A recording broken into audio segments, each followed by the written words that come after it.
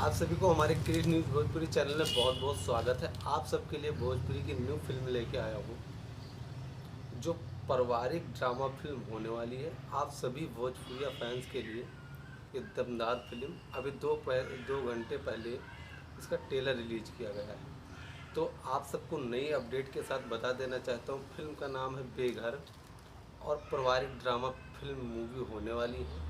जो इसमें हमारे कलाकार के रूप में है वो सुबी शर्मा जी हैं, गुंजन पंत जी हैं और प्रेम दुबे जी हैं, और अन्य कलाकार आपको देखने को मिल जाएंगे। और ये फिल्म एक पारिवारिक ड्रामा फिल्म है।